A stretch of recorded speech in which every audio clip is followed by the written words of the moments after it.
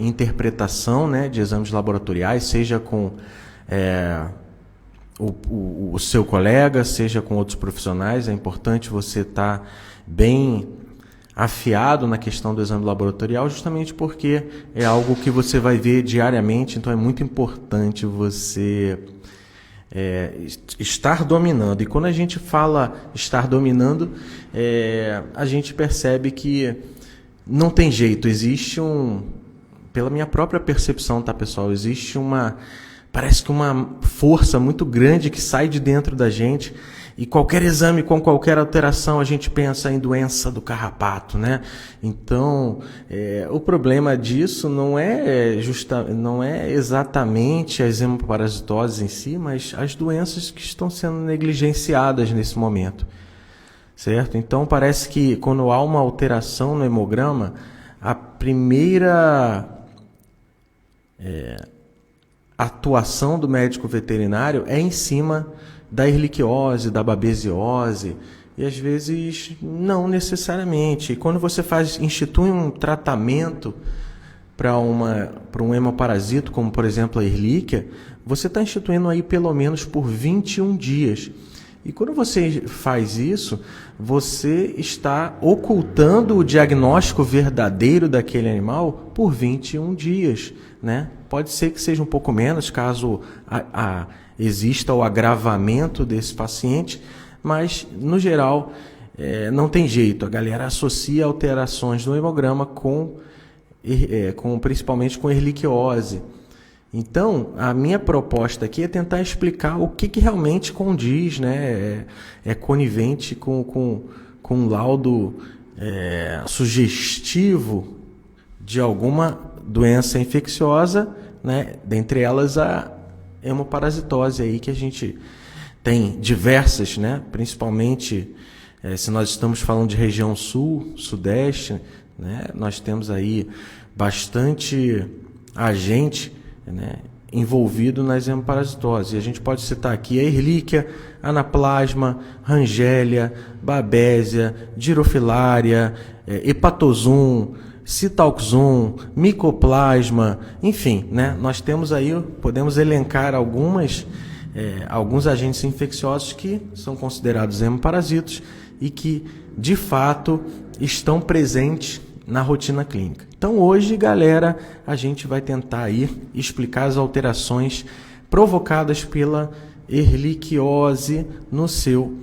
paciente, certo? Então, primeiro, antes de tudo, a gente precisa saber que, obviamente, para alguns e não tão óbvio para outros, que existem 3 fases de uma ehrlichiose. Lembrando que a ehrlichiose é a manifestação da doença frente ao agente infeccioso Ehrlichia canis, nesse caso, certo? Então, a ehrlichiose ela é dividida em 3 fases, classicamente, sendo elas as fases aguda, subclínica e a forma crônica, certo, pessoal? E aí, nós podemos fracionar dessa forma, né? Já que nós não temos aqui um slide, não temos aqui um quadro, é justamente o Café com Exame é justamente proporcionar essa coisa um pouco mais descontraída, mas também com conteúdo. Então, para a gente tentar didaticamente explicar isso parte a parte, eu vou fracionar essas 3 fases da doença, que é a fase aguda, subclínica e a fase crônica. Nós temos algumas percepções dentre as fases, né? Não é o tema central aqui dessa live, porque a live é explicar as alterações hematológicas, mas isso também, né? Você reconhecer, né? Ou melhor, tentar reconhecer qual é a fase da doença, naquele momento vai inclusive te ajudar no diagnóstico, porque os meios diagnósticos de uma fase aguda, eles são um pouco mais diferentes da fase crônica, por exemplo. Então, quando eu peço sorologia, quando eu peço molecular, qual é a chance maior de eu encontrar na lâmina, enfim, não é o tema dessa palestra. A gente vai falar aqui sobre as alterações justamente para que você olhe um laudo e realmente seja pertinente você pensar numa ehrlichiose.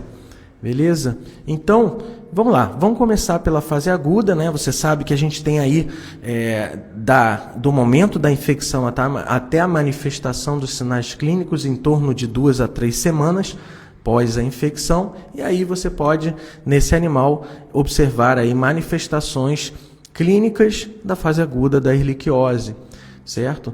E obviamente, pessoal, o que a gente pode encontrar na fase aguda da doença? Nós podemos encontrar, sem dúvida nenhuma, a anemia? Podemos, claro que podemos. Mas qual será o mecanismo da anemia? Porque isso vai influenciar também, não só na minha busca pelas alterações, mas também pelo prognóstico do paciente. Como é que é essa anemia da erliquiose na fase aguda?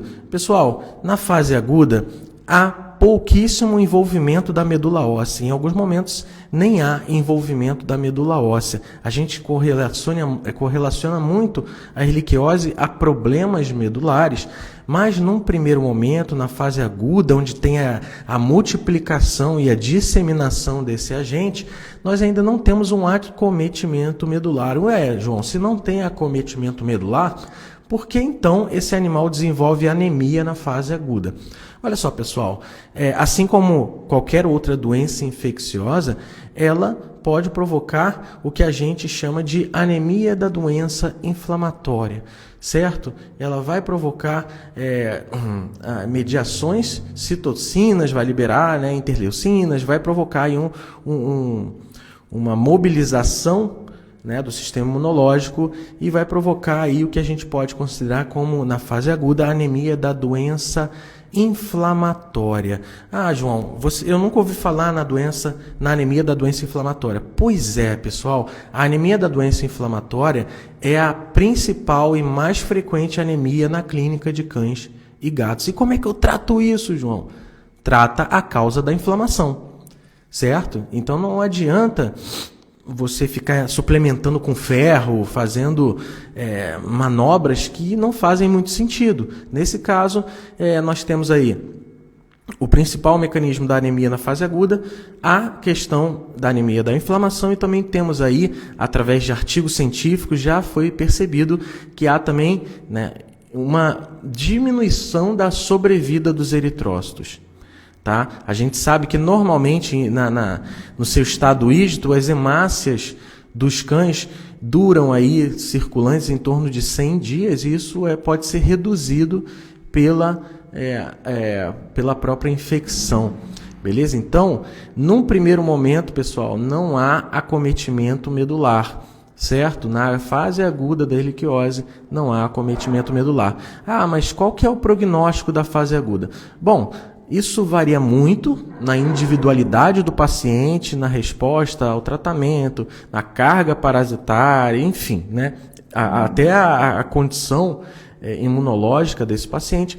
Mas o que a gente pode afirmar é que o prognóstico da fase aguda é superior, é melhor, é favorável em relação à fase crônica da doença.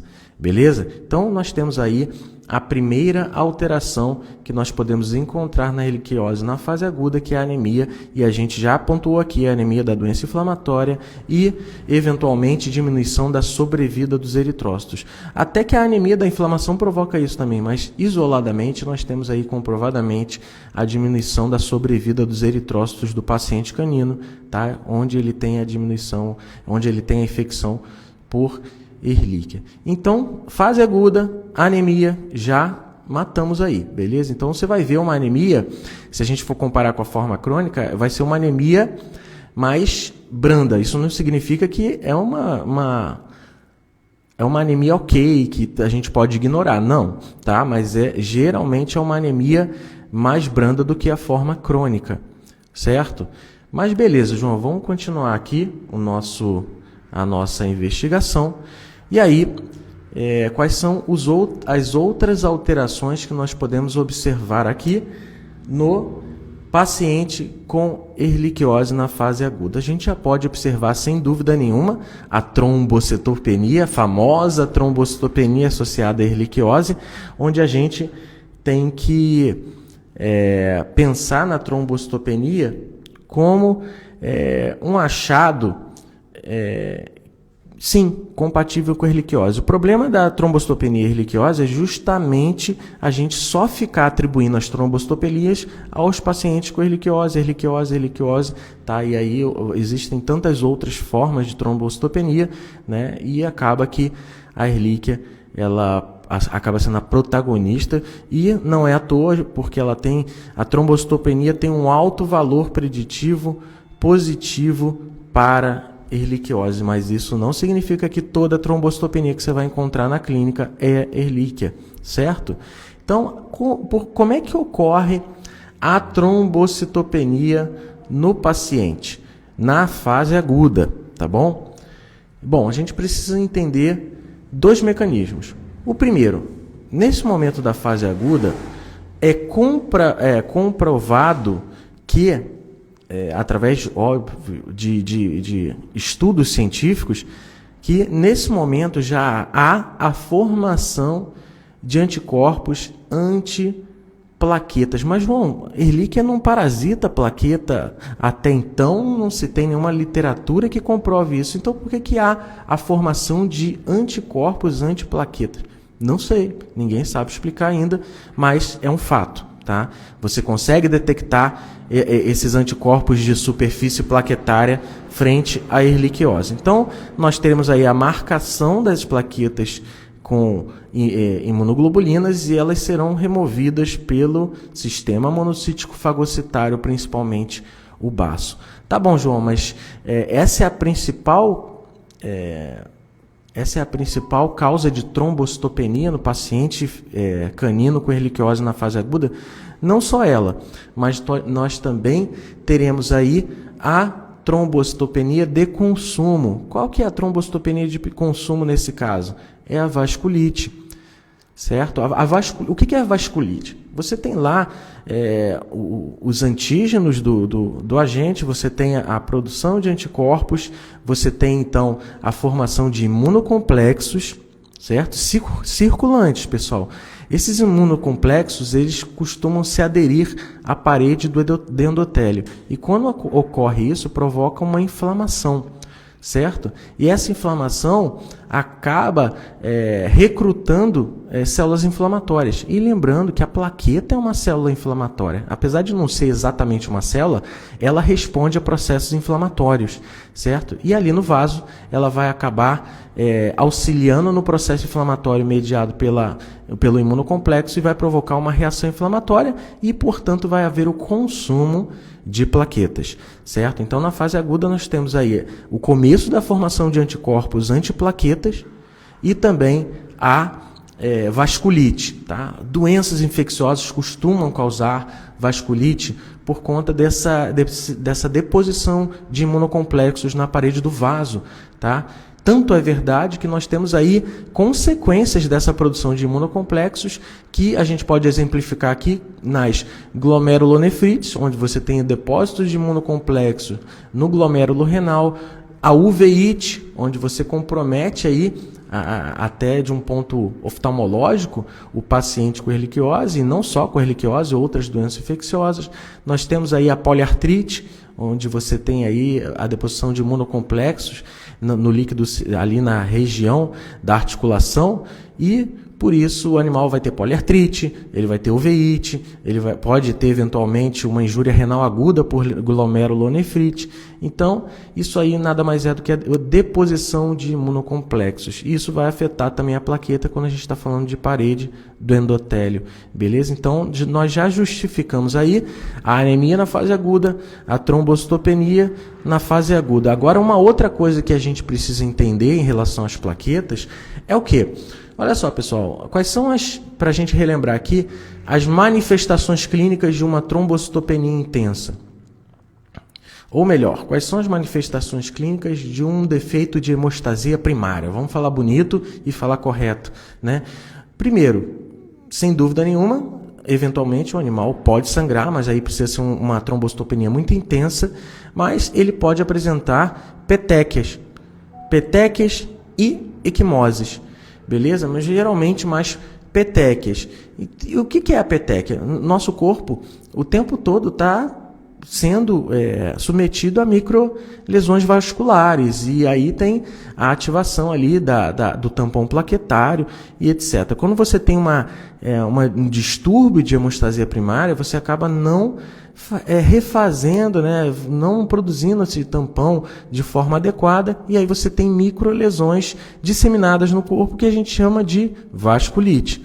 De vasculite não, desculpe, de petequia. Perfeito, pessoal? Então,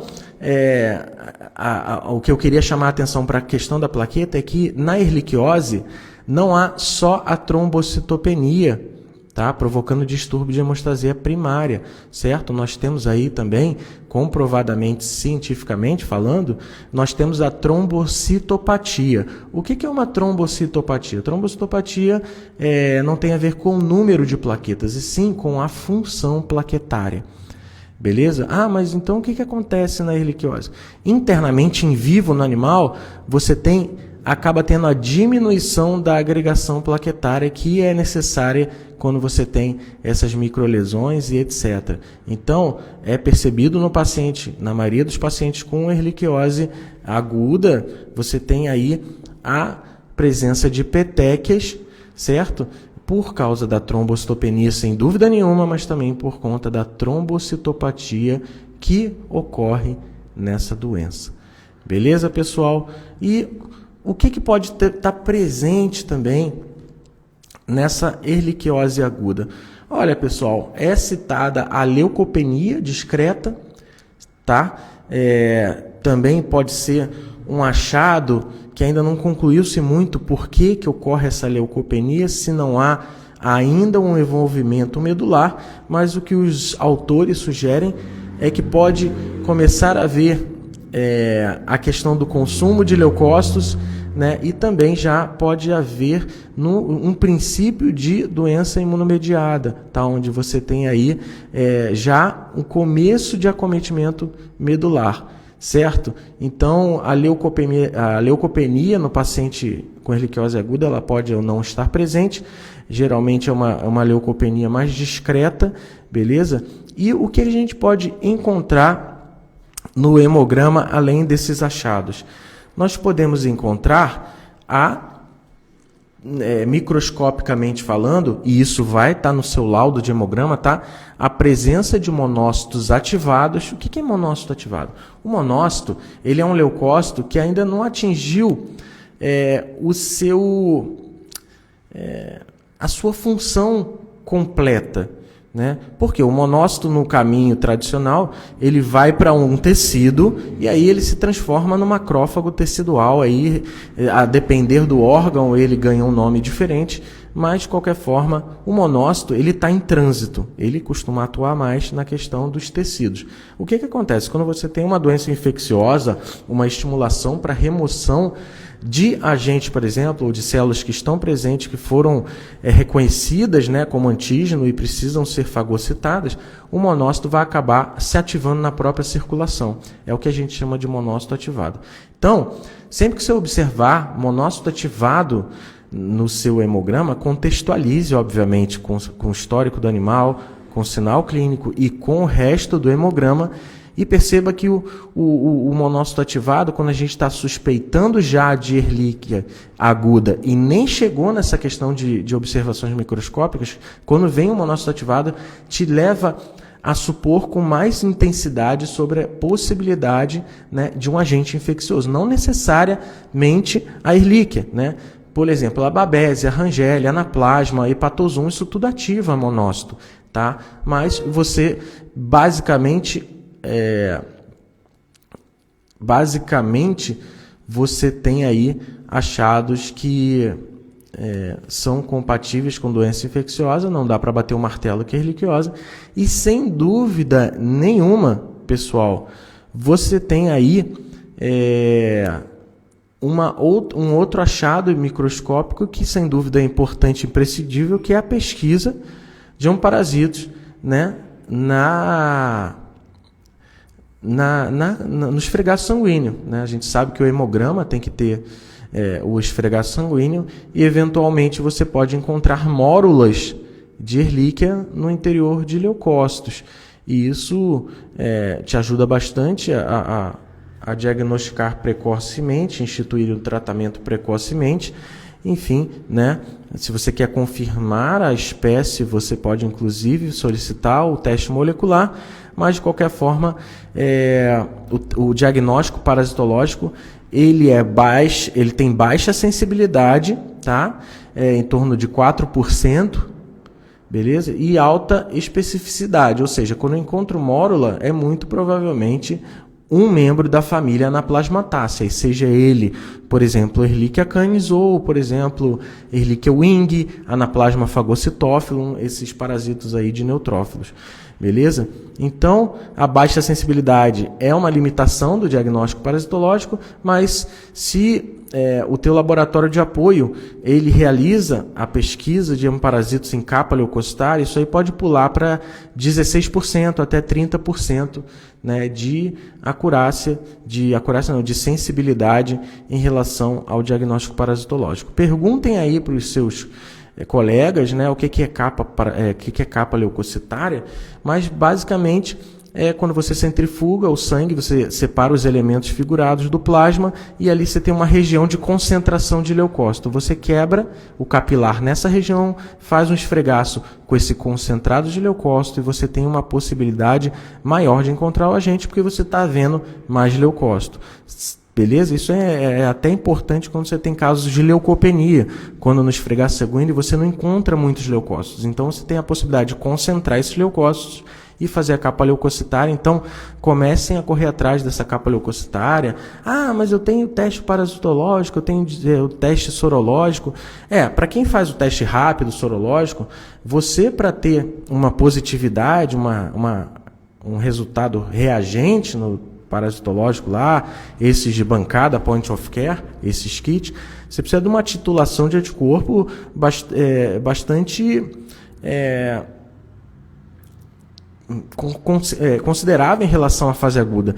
Por quê? Na fase aguda você ainda está estimulando o sistema imunológico, então muitos pacientes não vão ter aquela titulação de anticorpo desejável para a detecção desses testes rápidos. Então, se eu pudesse sugerir, além do parasitológico, eu sugeriria o teste molecular mesmo, inclusive o teste quantitativo, que é PCR, beleza? Então a gente não vai discutir a questão do diagnóstico aqui, a gente só quer explicar as alterações laboratoriais. Beleza, pessoal?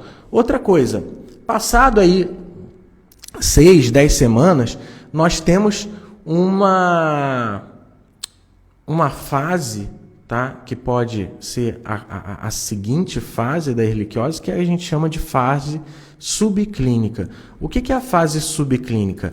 Isso tem que ficar muito claro, parece que é óbvio, mas às vezes o veterinário acaba tropeçando no que ele conceitua como fase subclínica. A fase subclínica é o quê? É quando os sinais clínicos eventualmente estão ausentes, tá? Mas isso não significa que os exames laboratoriais estão livres de alterações, tá? Na fase subclínica, a gente costuma ter alterações laboratoriais mais discretas, tá? E por isso o animal não vai manifestar sinal clínico e se manifesta, vai se manifestar como uma hiporexia, enfim, né? Então, isso pode acontecer sim. E ele pode apresentar nessa fase um pouquinho de inchaço nas patas, até por conta da vasculite, né? Quando a gente tem vasculite, a gente perde um pouco daquela seletividade da permeabilidade vascular. Então você pode ter extravasamento de líquido intravascular para regiões onde não haveria. Então você acaba tendo inchaço de membro e etc. Desculpa, gente, estou um pouquinho gripado, mas vamos continuar, né? Nessa fase, é imprescindível você reconhecer, né, essas alterações laboratoriais discretas como, não vou dizer que é como conclusão de Ehrlichia, mas pelo menos levantar a possibilidade. Por quê? Porque a fase subclínica, o problema da fase subclínica são dois, na verdade. O número 1 é que a fase subclínica ela pode durar aí alguns anos, né? Ela pode durar semanas, mas pode durar anos.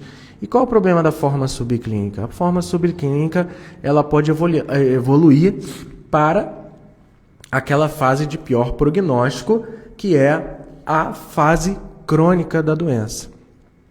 A fase crônica da erliquiose, ela meio que se comporta como um processo imunomediado, tá certo? E onde é que vai acontecer esse processo imunomediado? Lá na medula óssea. Então a erliquiose já não está mais circulante, então o PCR aí na fase crônica já não é mais desejável, né? E eu estou falando do PCR de sangue total, sangue periférico, que vocês coletam normalmente aí, né? Veia cefálica, veia jugular.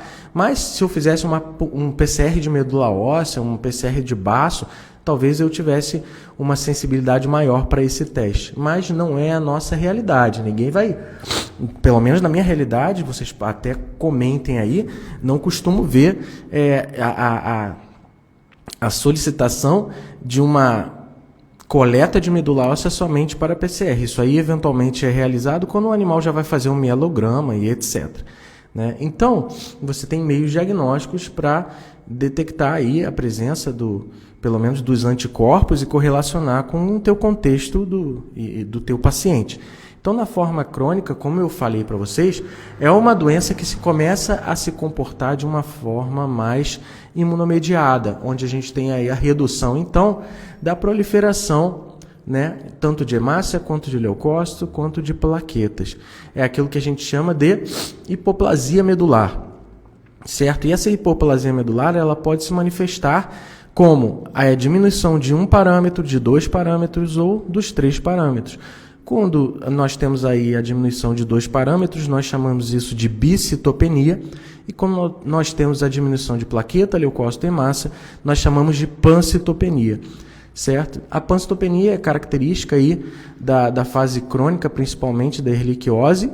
Nós temos, obviamente, diversas outras causas de diminuição da produção medular, tá certo, pessoal? A pancitopenia não é exclusividade da erliquiose, nós temos aí de doenças neoplásicas a distúrbios de mielofibrose, por exemplo, que também vão provocar esse achado. Então,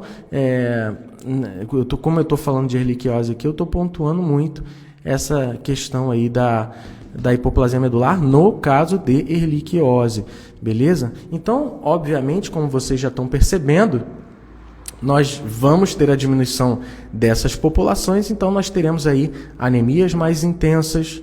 E aí, lembrando, tá? Tanto na fase aguda quanto na crônica, não há regeneração dessa anemia. Então, as anemias da erliquiose serão arregenerativas, tá? Não vai ter resposta medular. Por quê?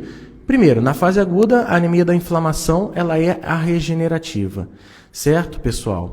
A outra causa, né, de anemia na forma aguda é a diminuição da sobrevida.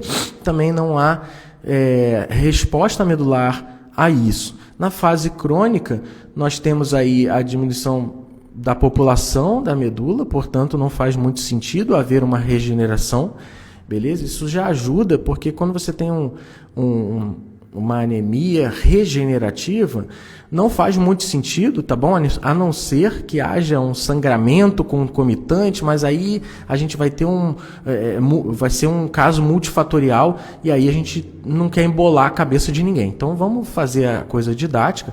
Para a erliquiose em si, não tem por que ter regeneração, ter resposta medular. Diferentemente da babésia, né? A babésia ela pode provocar hemólise, tá? Principalmente em filhotes aí.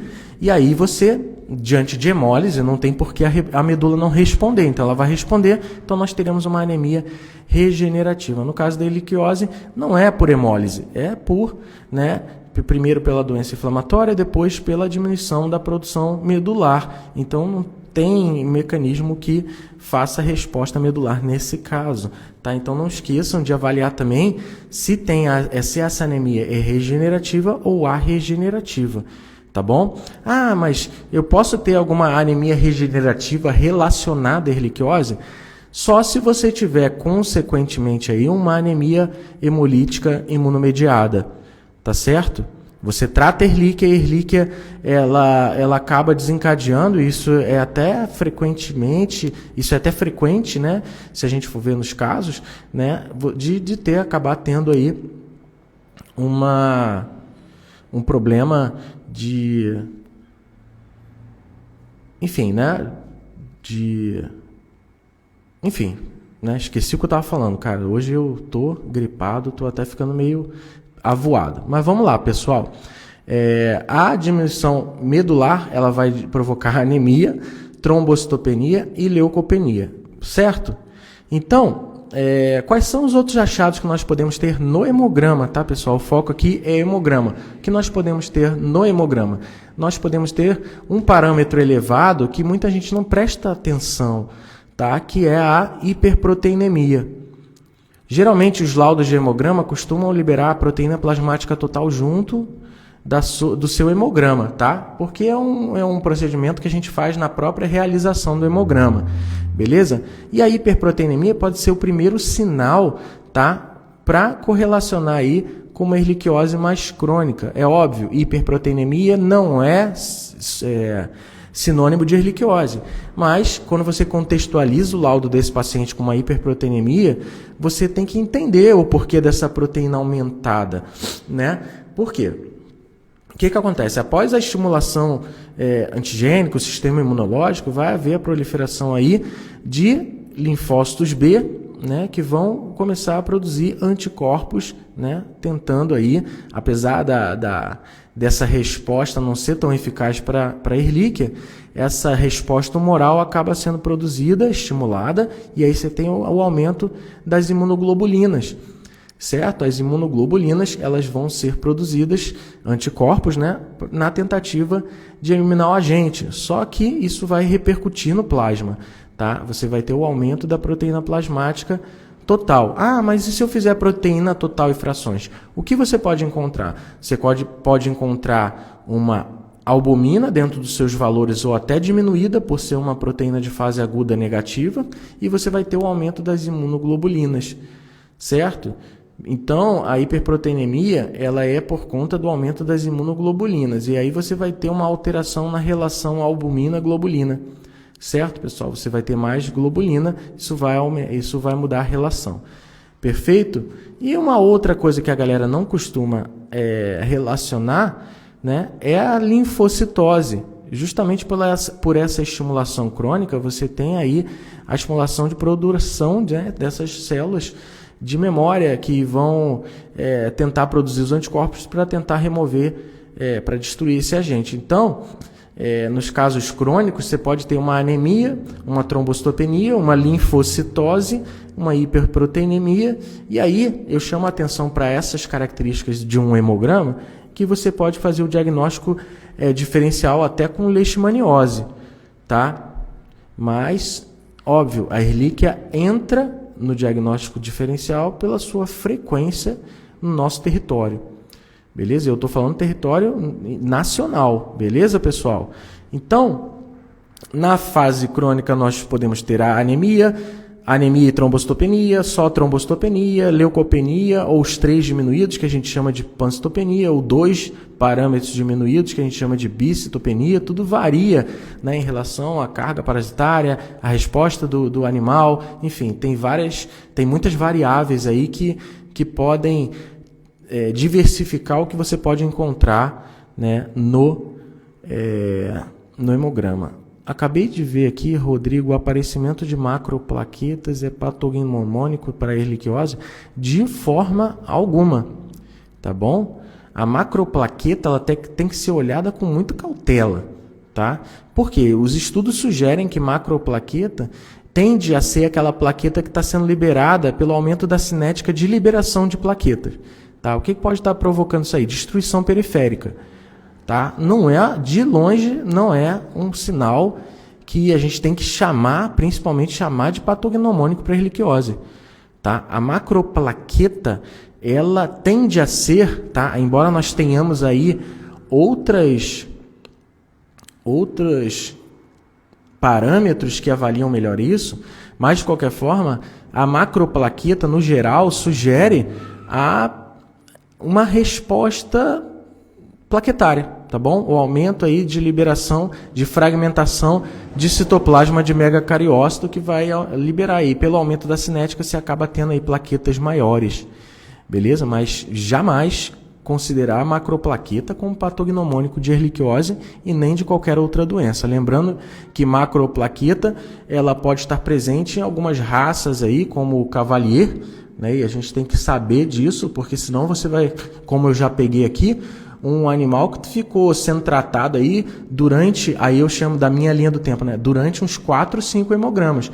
Quando chegou para mim, eu vi a raça, fui pesquisar o histórico, o animal não tinha nada, e aí eu conversei com o clínico que estava insistindo nessa trombocitopenia que era fisiológica para esse animal.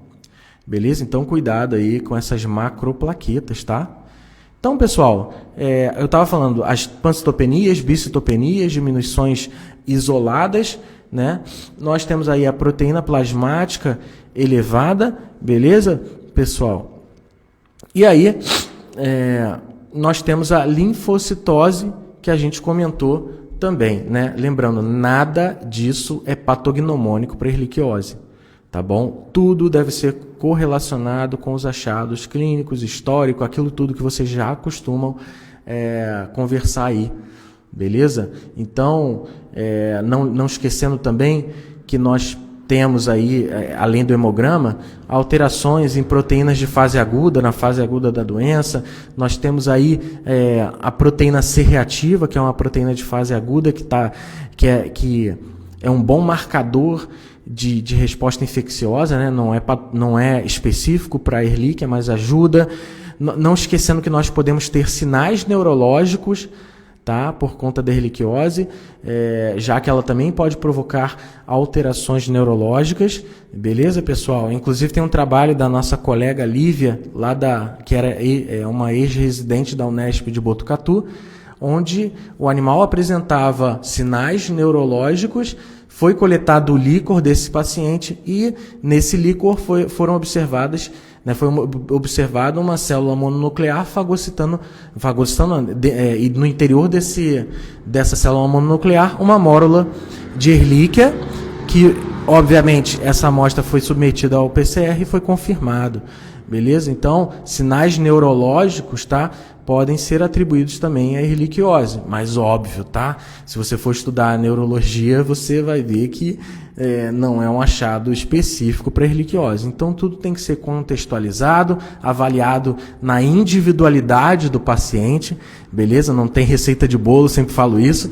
Então, tudo tem que ser respeitado naquele caso, naquele animal. Beleza, pessoal? Alguma dúvida aí?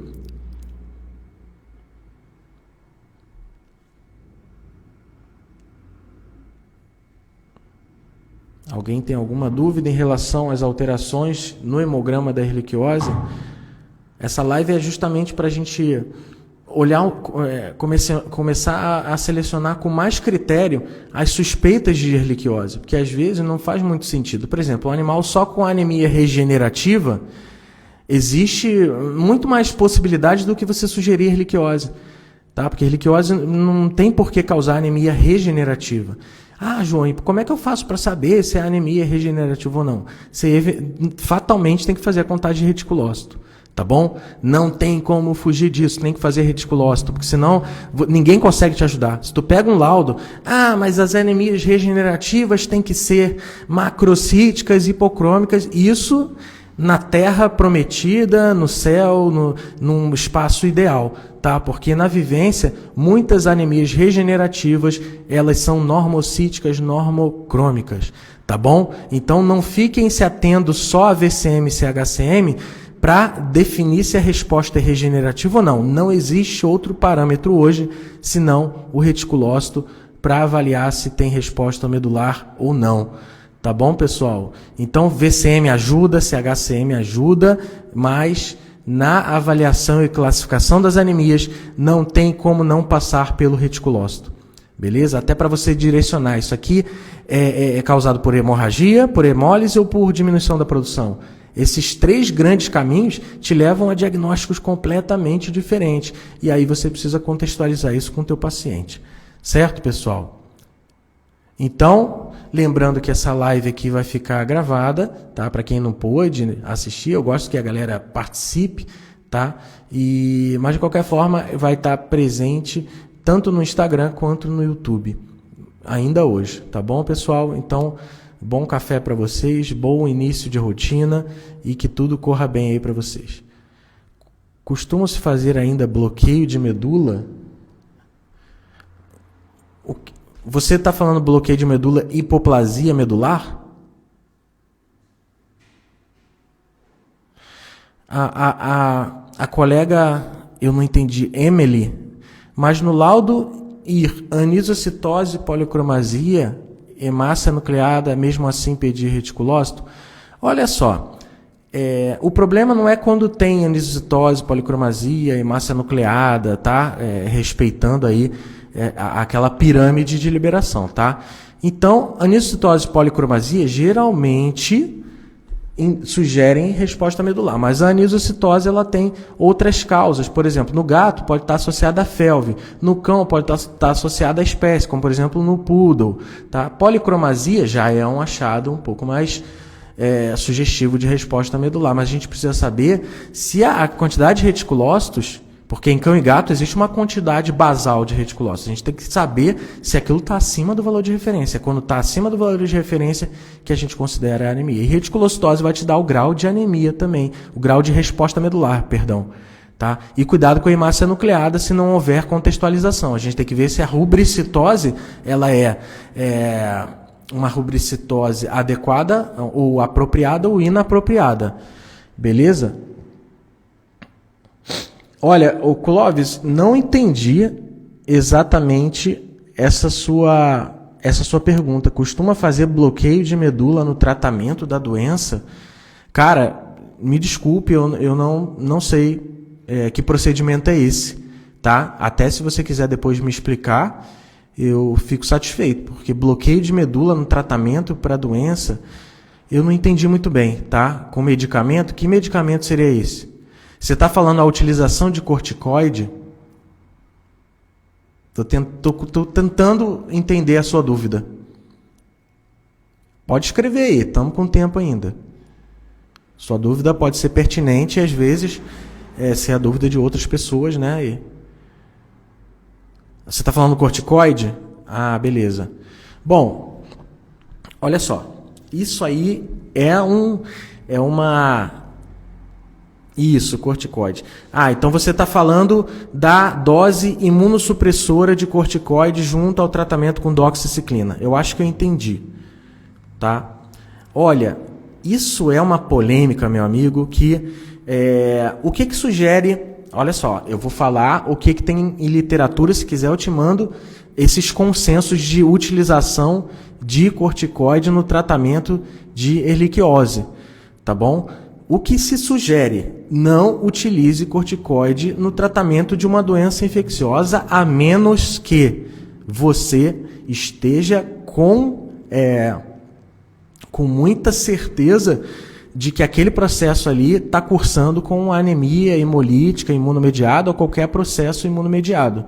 Tá? Se não há evidências de um mecanismo imunomediado presente ali, não é indicado a utilização de corticoide junto com o tratamento, tá? Justamente porque você está modulando, acaba comprometendo, você está fazendo uma imunossupressão, você está comprometendo a resposta do animal.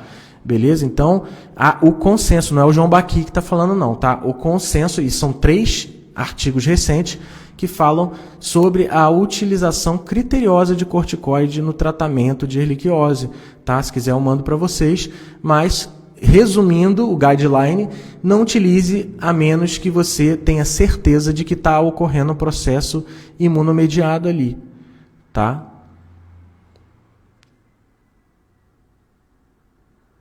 Beleza? Eu acho que eu consegui responder, aí você que vai me dizer.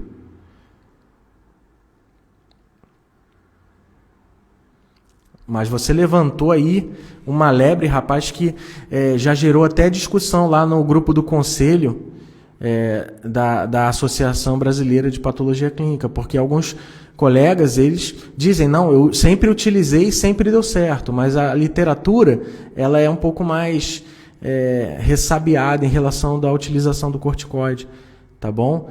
Então, cabe ao profissional, né, aprofundar o seu estudo em relação à utilização adequada do corticoide no tratamento com a doxy para, enfim, né, para hemoparasitos.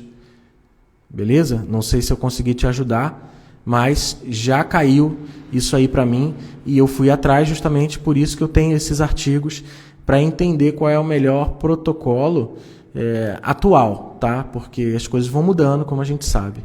Tá, Clóvis?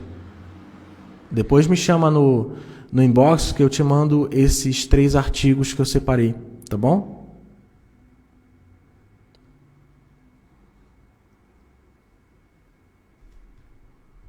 Mais alguma coisa, pessoal?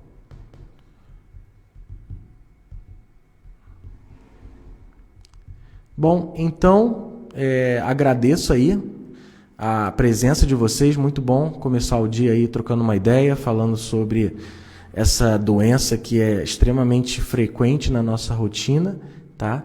Às vezes ela é super diagnosticada, né? Diferentemente da Rangélia, por exemplo, que é subdiagnosticada. Então, espero que a gente tenha nessa conversa aí melhorado um pouquinho a perspectiva sobre essa doença em relação ao que eu devo encontrar nesse exame, que é o hemograma. Tá bom, pessoal? Lembrando aí, quem está interessado, na quarta-feira que vem nós vamos dar início à nossa jornada Halloween, onde a gente vai fazer o tema Desbravando o Hemograma na Clínica Veterinária, Estratégias e Casos Práticos. Tá? Serão 3 dias de evento, começando às 19 horas. Para quem ainda não se inscreveu, está lá no link da bio desse Instagram, do Interpreta Vet. Tá? Inscrição gratuita e o evento vai ser online. Então não tem por que você perder.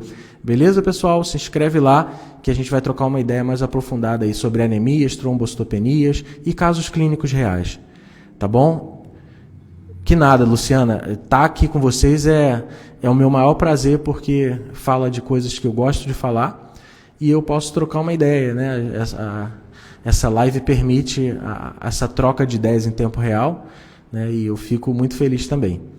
Beleza? Lembrando, pessoal, vai ficar gravado e também lá no YouTube a gente vai subir daqui a pouco. Tá? Então, bom café, bom começo de rotina para vocês e até o próximo Café com Exame. Não esqueçam da jornada semana que vem. Faz logo sua inscrição, garante logo a vaga, porque aí você já está lá gratuito e online.